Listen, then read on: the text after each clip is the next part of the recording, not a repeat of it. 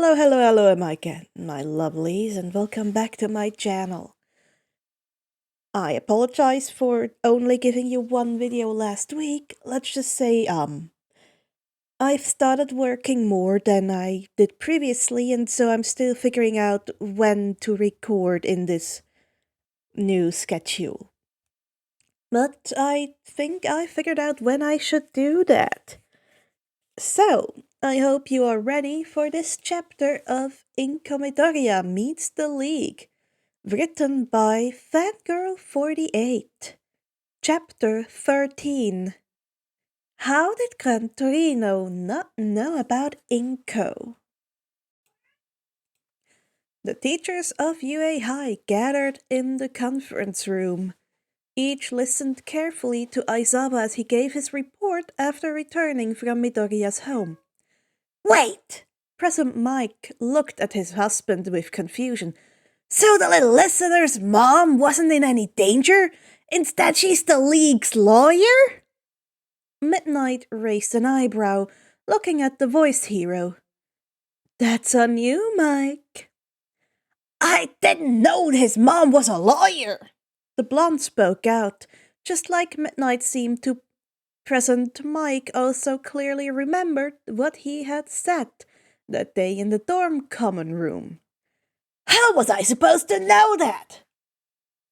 Aizawa rolled his eyes.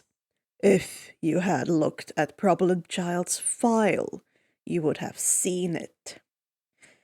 Inko Midoriya isn't just any lawyer. Netsu shuffled some papers around. She's the lawyer, top in her field when it comes to defending criminals and villains alike. And unlike most others who we've met, she's not big on media to promote herself. Mrs. Midoriya primarily relies on word of mouth when it comes to her clients, because they trust her. Something I'm sure all of you are aware is hard given her clientele. Netsu grabbed a remote and turned on the overhead projector. A picture of Inko Midoriya was blown up on the screen behind him and a breakdown of cases she's had handled. It showed her win-lose rate every year since Inko was hired at her first law firm. The win rate was significantly higher than the loss, and the percentage of those settled without going to trial was just as large. Wait, shouldn't we wait for Yagi? Cementos asked. Recovery Girl's lips pursed like she had eaten something sour as Netsu shook his head. All Might and Gran Torino are currently sitting this meeting out due to personal issues. Many eyes turned to look at Aizawa for answers. The underground hero just ignored them, putting the letters he received for Flood and Midnight in front of him. Now getting back on track. Inko Midoriya has requested she be allowed to visit certain villains in Tartarus. The principal explained, bringing up photos of the captured members of the League of Villains, plus stains showing them to the teachers. Apparently she was quite unhappy to learn that most of these people are being held without any sort of trial occurring. That is strange. Midnight raised an eyebrow. I thought the commission sent out a letter that their trials were over. Yeah, the funny thing about that, Aizawa answered mockingly. The underground hero hated the HPSC with a passion. Anytime he met with a member of the organization, the hairs on the back of Aizawa's neck would stand up. Turns out that the HPSC isn't too big on the judicial process. These villains are just probably some of the many inmates currently being imprisoned. They've basically gotten dropped into limbo, while the commission stamps are big confined on their files. How is that even possible? Flatkin clenched his fists angrily. Because no one wants to defend a villain like Moonfish or Overhaul, Aizawa answered, not caring much about the letter unless it was hearing they were getting life without parole. The usual lawyers won't touch them, and any public defenders are too scared to go near them. problem child's mother made it clear that she's only defending them to legally put them away before anyone else realizes this. Stain sympathizers are getting their second wind since the league's change in tactics, Ectoplasm pointed out. Especially after the CRC incident, public opinion on heroes has dropped sharply in the last little while. Hound Dog growled. If they find out that Stain's not received a trial, the HPSC basically shoots themselves and us in the foot. Exactly. Netsu nodded with an unhappy look. The school might not take as much a hit as the commission would, but any school offering the hero program would feel backlash if this came out. So Koichi is working with Tartarus to get Mrs. Midoriya in to see her new clients. However, I would like it if another hero or we went with her as an added precaution. Moving on from here, the teachers discussed everything else about the league's time with their new lawyer. The only thing not discussed was the revelation that Izuku Midoriya and Tomura Shigaraki were potentially related. Before Tsukauchi took the hairbrushes to a trusted laboratory for comparison. Some of the hair was left with Recovery Girl and Netsu, so they could do an independent test as well. If a familial match linked the pair together, they would have to ensure the commission and the public didn't find out. Toshinori sat nervously in the living room. Gran Torino had been silent on the entire way back to the former number 1 hero's apartment.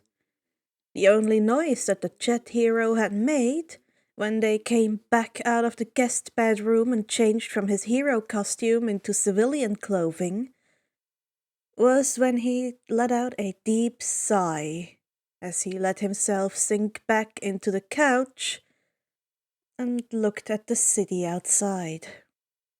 Not that Toshinori didn't understand.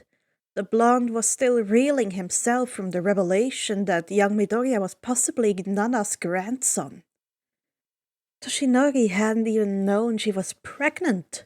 Kotaro Shimura left a deep scar on Nana's heart when she gave him up. He couldn't even begin to imagine how hard it must have been for Nana to give up her daughter also. Lost them!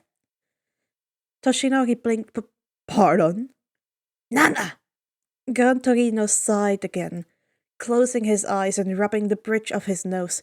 She told me she lost the baby! You knew about Inko? Toshinori's eyebrows shot up in surprise. I only knew for a little while beforehand. Gran Torino began. I took a blow for her, and it slipped out when she apologized. When her husband passed away, well, you remember what she was like. Toshinori nodded. After her husband's supposed death at All for One's hands, Nana had retreated into work. Not long after the funeral, she'd left Kotaro at the orphanage, returning to hero work faster than anyone thought she would. Toshinori had vague recollections of Nana complaining about being stuck on desk duty during training. The quack in charge of her refused to give Nana the green light to come back. Gran Torino smiled bitterly. I should have known something was up. Nana was a lot of things, but she wasn't one to follow orders she didn't believe in. Toshinori nodded. I remember. That day, the day she died, was left unsaid between the two. I asked her about the baby, if they were safe. I knew Nana wouldn't keep them, that she'd hide them like Kotaro. Gran Torino remembered grabbing Nana's shoulder, forcing her to turn around and look him in the eye. The man had a terrible feeling back then that something wasn't right. Nana hadn't mentioned the baby once since she had told him about them. I lost them, Sora. Nana told him, her voice utterly devoid of emotion. The shock, I lost them. I lost my baby. And it's all for one's fault. I never told you because I was afraid you would go after All for One next. Gran Torino confessed. I could barely convince you to leave for the States. Toshinori winced from the phantom pain in his ribs. After that, I was too afraid to bring her up. Gran Torino suddenly appeared to age 20 years in Toshinori's eyes. Were his wrinkles always so deep? His eyes always so tired-looking? Then so much time passed. I saw Kotaro all grown up, and he hated me. I hated myself for being so stupid and agreeing to that promise. Gran Torino slammed his fist onto the arm of the sofa. If I had only dug a little deeper into our cases going cold. It makes so much sense why Nana worked so much overtime. Why didn't I do that? Why was I so sure that it was All for One who... Gran Torino! Toshinori yelled, breaking the man out of his self-destructive thinking. The two looked at each other, breathing heavily. Why didn't I contact Sir Night-Eye sooner? Toshinori asked suddenly. Why didn't I check All for One's body when we fought our first time? Toshinori! Why did I? The former number one hero curled into himself, overwhelmed by grief suddenly. Why did I go down that alley? I've gone over that day again and again. Normally, I walked on the main street, but it was raining and I needed to get back to the institute. If I had gone a different way, maybe I wouldn't have gotten caught. The pair sat in silence for a while afterwards.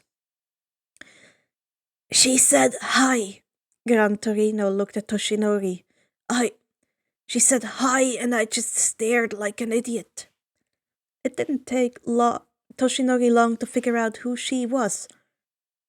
I think Inko was just as surprised as you were.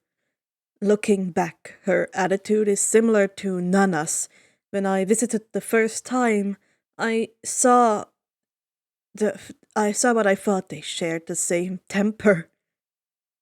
And her kid's got the same one as his uncle. Gran chuckled, making Toshinori confused. What? Oh, come on, the chat hero smirked. You and Izuku are very much alike. Toshinori's face went bright red. Nana. Son, please, we both know if it wasn't for two things, she would have adopted you. Gran Torino continued to tease the man. I honestly don't know what was worse, All for One, or how damn awkward you both were whenever someone told Nana what a polite son she had. Gran Torino! Remember that old lady you helped across the street? The chat hero began, recalling one of the many stories from when he and Nana were young and training Toshinori. The one who pinched your cheeks, older than dirt and with a strength quirk. She left you bruised for a week, and poor Nana, she... Both heroes spent the rest of the night recalling random things they had done with Nana. Tomorrow they could deal with the revelation of Nana's secret daughter and second grandchild, but tonight was just for them and their memories of a woman who used to walk across the sky. Chapter 14. With a few warnings of tiny spoilers from Canon Chapter 351. The students of 1A were extremely confused when Bakugo demanded they come to the common area. When they arrived, they saw Izuku standing there nervously like a child who had gotten their hands caught in the cookie jar. Deku? Uraraka started walking towards her best friend/crush, looking concerned. Only a warm, strong hand held her back. Glancing between the explosion user and Deku, a feeling of dread started building in the gravity user's stomach. What's going on? Yeah, Kirishima nodded. It's not like you two to ask everyone to meet up like that. What's up?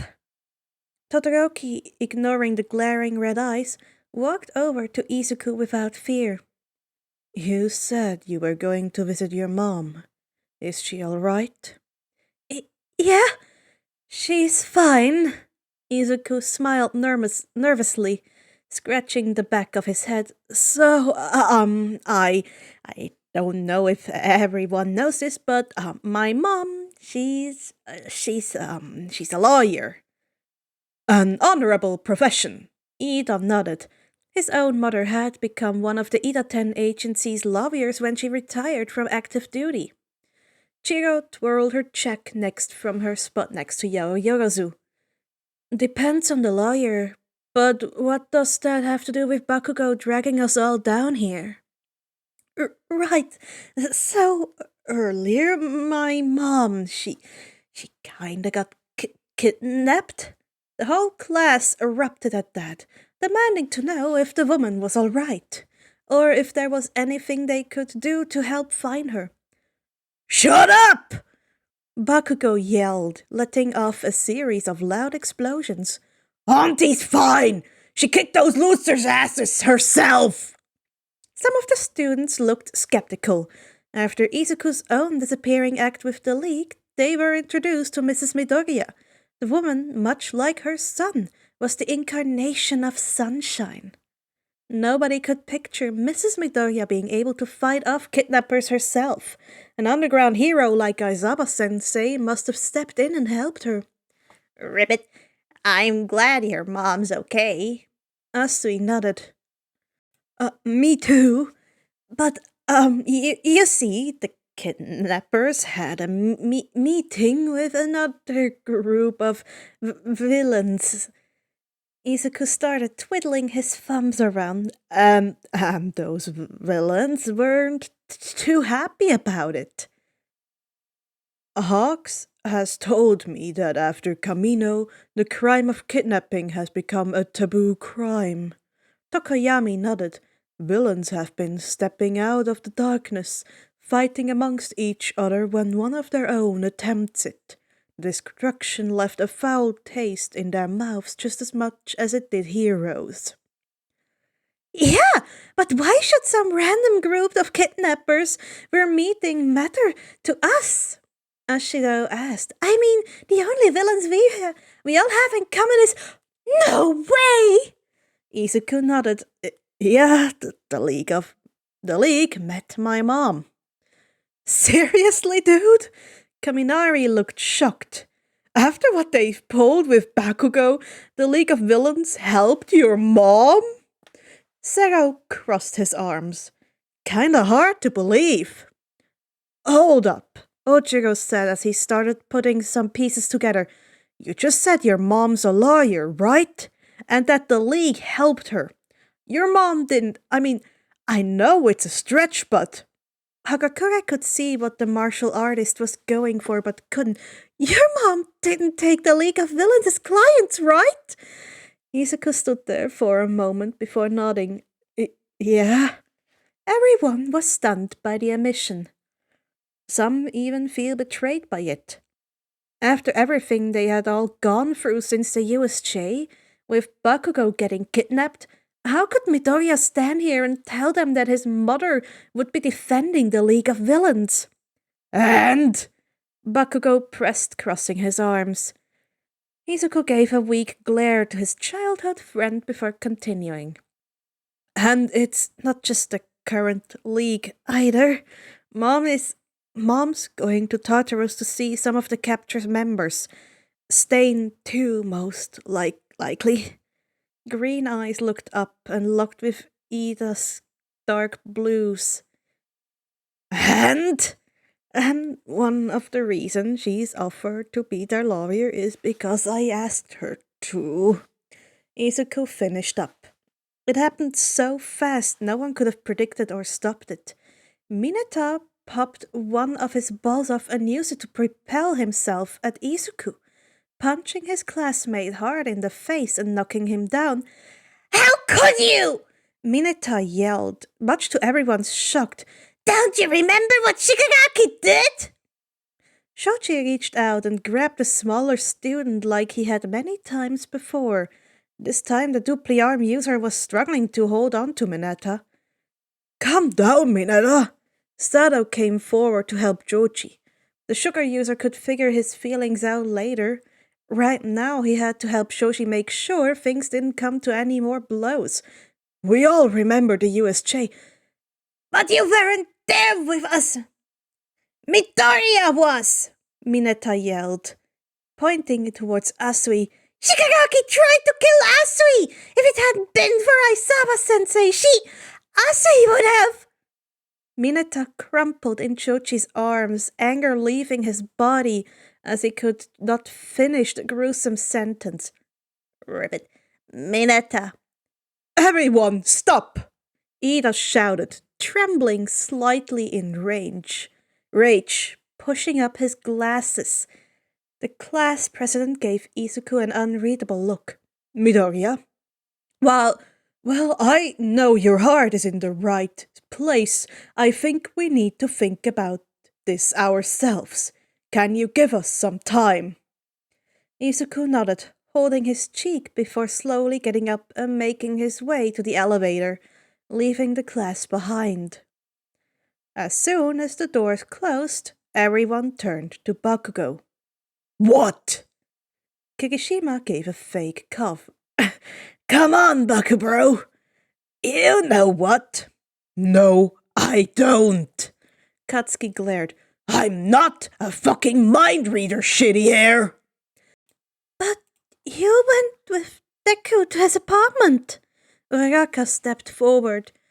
"You wouldn't have gathered us all if you didn't find out first."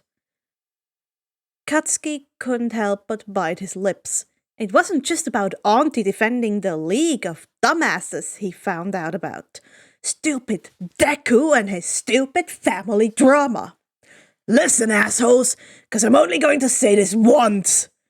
Katsuki growled at everyone. "Deku's too much of a fucking softie to hold a grudge, and Auntie's too much of a fucking professional to be plotting anything underhanded. The pair of them just get so fucking attached to people too easily."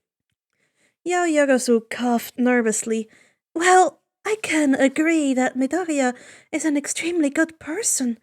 What do you mean about his mother being a professional?" Katsuki sighed. "Simple, Ponytail. That Stainfuckers and those losers from camp didn't get a fucking trial. Auntie says if anyone found out, they could walk. I'm only telling you idiots because Sensei gave me permission." The dark anger inside of Ida roared its head at the thought of Stain going free. "I fail to understand why acting as their lawyer would make any difference. Would Mrs. Midoriya not want to free her clients?" "Nah, Auntie wants those assholes locked up with the key thrown away." Katsuki grinned viciously. "She knows how to work the law in her favor for bastards like that." "And," Koda's sign, "what about the rest of the LOE?" "Like I said," Bakugo shrugged. Deku got attached to them. I blame the fucker who brought Handchop's dad back to life for that." Everyone was a little confused at that. What could the hand Shigaraki wore on his face have to do with Midoriya bonding with the League? "You idiots can talk to Deku if you want to know more." Katsuki stomped towards the elevator, throwing one last thing to the class over his shoulder. "Oh, and the only reason Deku had the balls to tell you idiots about this is because I made him. Figured you all would be less angry finding out now than when we captured those losers." As soon as the explosion user left, everyone broke into groups, talking about everything. Some left to head back to their rooms with friends. Others made plans to talk to a teacher or the hero they were interning with about this. It quickly became clear to everyone that the black and white world they lived in wasn't so simple. Shota sighed as he leaned back in his chair during shutting the camera in Alliance Heights off. The cat on his lap meowed slightly at the disturbance before jumping off and leaving. Oh, sure. The erasure hero called to the feline. Now that the show's over, just abandon me. Hisashi snickered from the doorway. I take it things have calmed down? Shota snorted. No. Warn the others for me that the brats might come to them with questions. Will do! The blonde walked over, kissing the top of his husband's head. By the way, dinner's ready. Getting up and giving one last big stretch, the underground hero followed Hisashi to the kitchen. Picking up some of the dishes, the pair walked over to the table and placed them down in front of Eri, looking rather thoughtful as her chin rested across her arms. Come on, Eri! Hisashi smiled kindly at the girl. No time for pouty face. You'll end up with wrinkles like Sho if you keep that up. The underground hero grunted, picking up his chopsticks. Soon, a familiar feeling settled over the three as they ate in relative silence, enjoying each other's company. Shota? Eri looked up at her foster father curiously. Did something happen to Deku? A scarred hand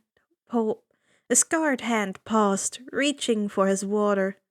Why do you ask, Eri? 'Cause, Eri fidgeted nervously, I saw him and Kachan come back from Inko's when I had lessons. Deku looked funny. Hisashi raised an eyebrow. Funny how, sweetheart?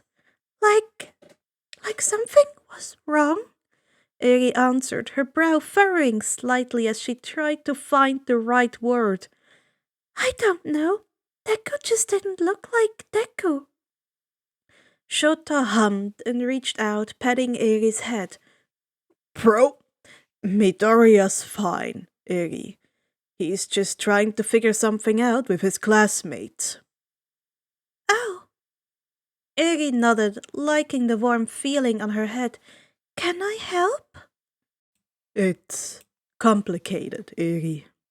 Shota gave a small smile. Midoriya and his mom want to help some people, but the people they want to help did some bad stuff. Bad stuff? Villain stuff, Hisashi offered. Like Mike, Shota cut off harshly. It didn't take much for Eri to connect the dots. The girl had learned pretty early on that Shota only used that specific tone whenever someone brought up Overhaul or the Shie Hasaikai. Eri knew that Deku was extremely kind. He called her quirk gentle. Inko made Eri green rabbit ears and a scarf like Shota and Hitoshi's. Overhaul and the Shie Hasaikai still scared Eri, but not everyone she met during her time with them had been bad. Rappa-san was nice. Hisashi choked on his food slightly, grabbing his water and trying to get it down well. Shota stared in shock. Eri never talked about her life before them. Never. And for the first thing she told them after all this time, it would be about the villain that nearly killed Fat Gum and Kirishima. It was honestly shocking.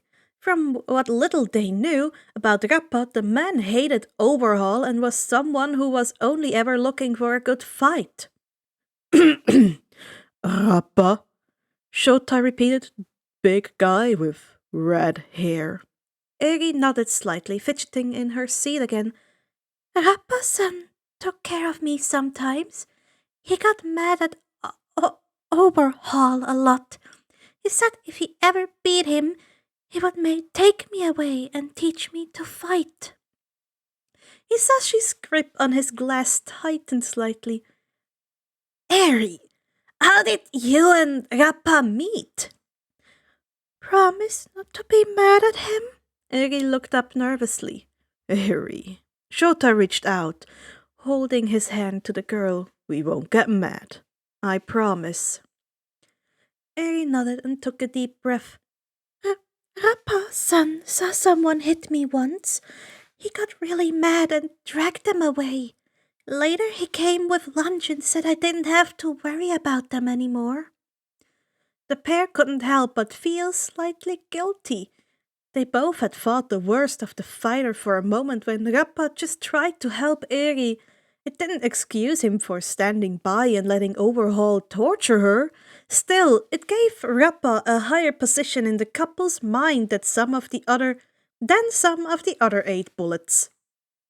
The underground hero couldn't help but wonder if the stories about some of the brutal deaths of Eri's caretakers were solely Overhaul's doing. Perhaps the couple would need to take a trip to Tartarus with Mrs. Midoriya.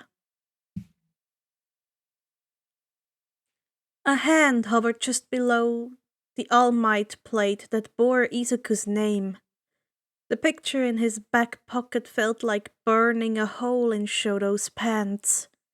The Fire Ice user had listened to his classmates talk about everything without being able to come to a decision. A lot of the class was angry at Izuku. They couldn't understand how or why their green-haired classmate chose to put everything on the line for the villains who were constantly attacking them. Given enough time to calm down, Shoto was sure everyone would eventually come around, even if some like Minetov still thought the League should be punished harshly for their actions. Shoto himself wanted to find out more about why his friend was doing this before he made any decisions, and to finally get some answers about Dabi. Knocking on the door, Shoto waited for permission to enter before slowly pushing the door open. Izuku was sitting on his bed, curled around his pillow, looking miserable. Hey. Hello. Shoto walked towards the bed, sitting next to Izuku and grabbing a sizable squishy pillow of All Might's face.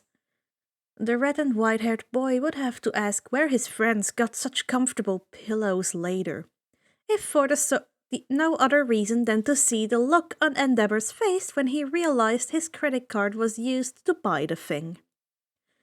The pair sat in awkward silence for a few minutes. You mad at me? Izuku asked suddenly. No. Shoto shook his head. I think I understand why you asked your mom to do this. 'Cause of Endeavor? Izuku turned his head, looking at one of his best friends. Shoto nodded. Even though Endeavor was trying to change now, that didn't change what he had done in the past. If a hero like his father could abuse his family and get away with it like he had simply because he was a hero, who's to say some people weren't justified for becoming villains as a result of because society chose to turn a blind eye to them and their struggles? Pulling out the picture from his pocket, Shoto showed it to Izuku. This is my oldest brother. His name was Toya. The picture showed an emotionless face with white hair in a school uniform. Everyone thinks he died, but I think he just changed his name. I think Dabi is Toya. Izuku hugged the pillow tighter, glancing at the picture and then Shoto. Promise not to be mad at me? A light bulb went off in Shoto's head. I'm right, aren't I? He asked, looking at Izuku before narrowing his eyes. You knew and didn't tell me. Why? I didn't know how. Izuku replied, wishing he had just kept his mouth shut. I was worried that you... Shoto took a deep breath and forced himself to relax. That I run off and try to find him. Yeah? Izuku nodded, looking at the picture in disbelief. Dabi looked so challenging and scary, but seeing him as Toya, so young and fragile looking without his scars, it was weird.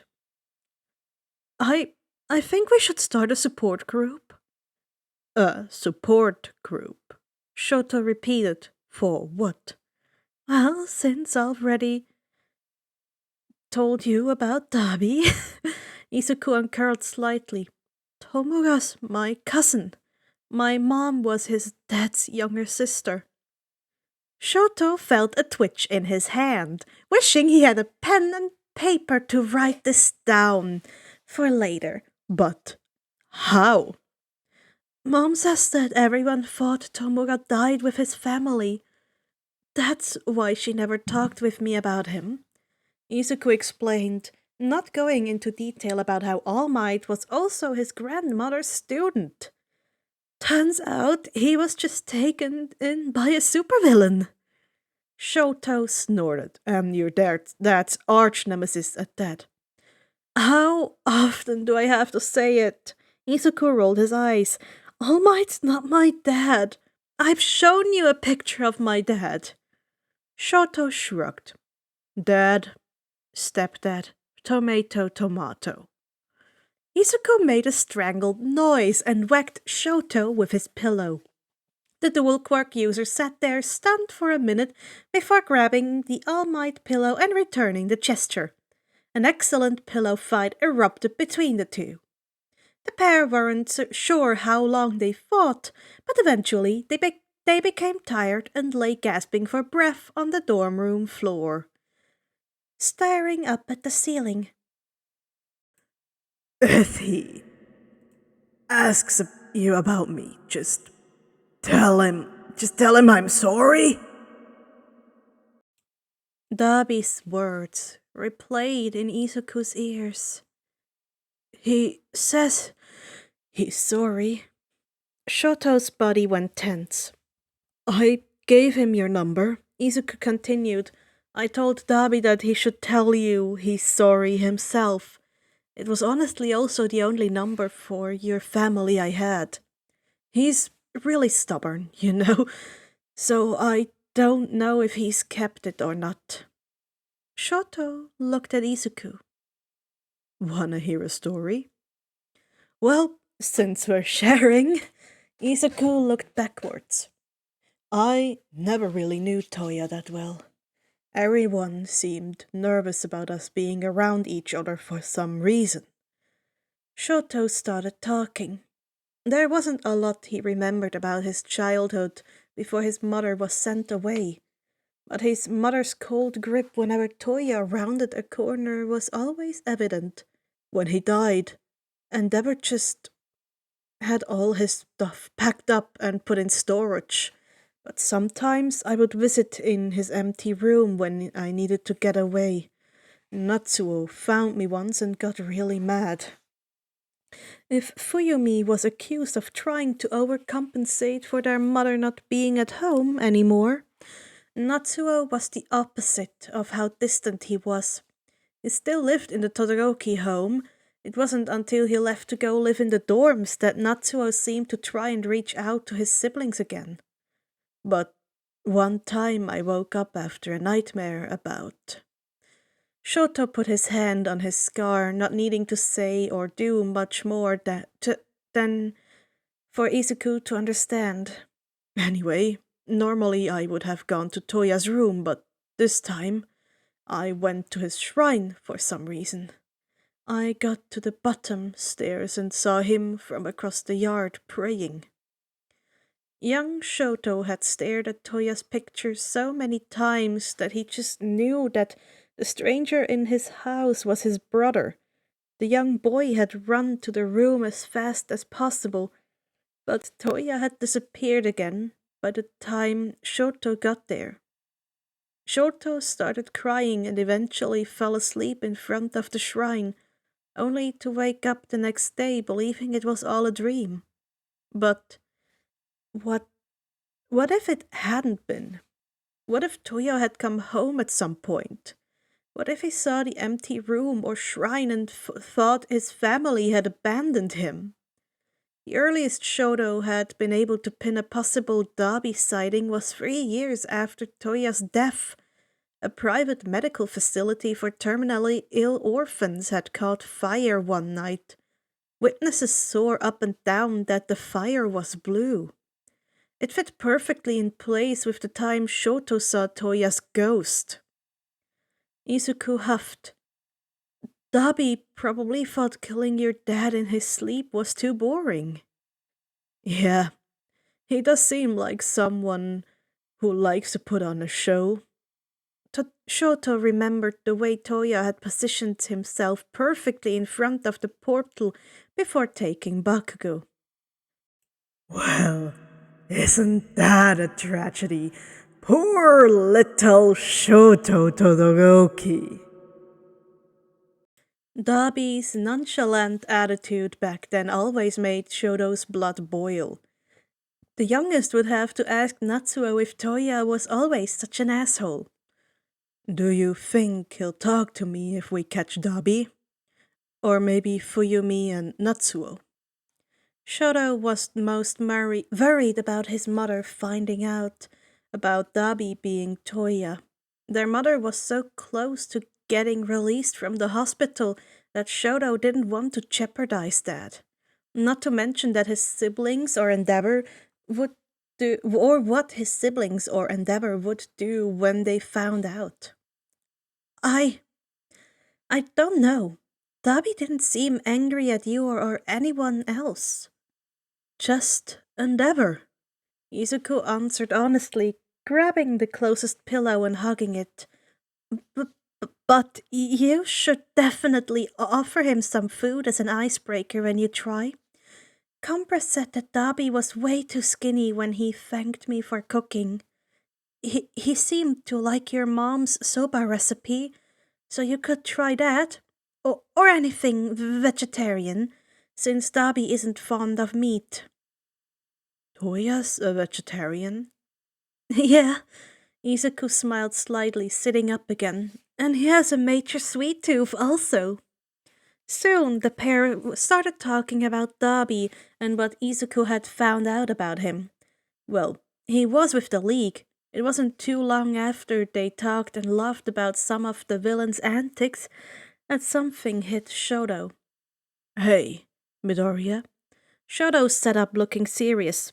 Are you still looking for people to join that agency you're planning? And that is the end of the story where it stands right now. FangGirl48 didn't update any sequel to this. For now, we really hope that she'll do that soon. But considering the story has been finished a few years ago, I doubt it. They're still writing. Go check out their channel. They have quite a few interesting stories that I've read and really, really love. But I hope you were happy sticking around for so long. And with this double chapter to end it all, I hope you have a great rest of your day, night, or whatever time you are in. Take care, lovelies, and I'll see you next time.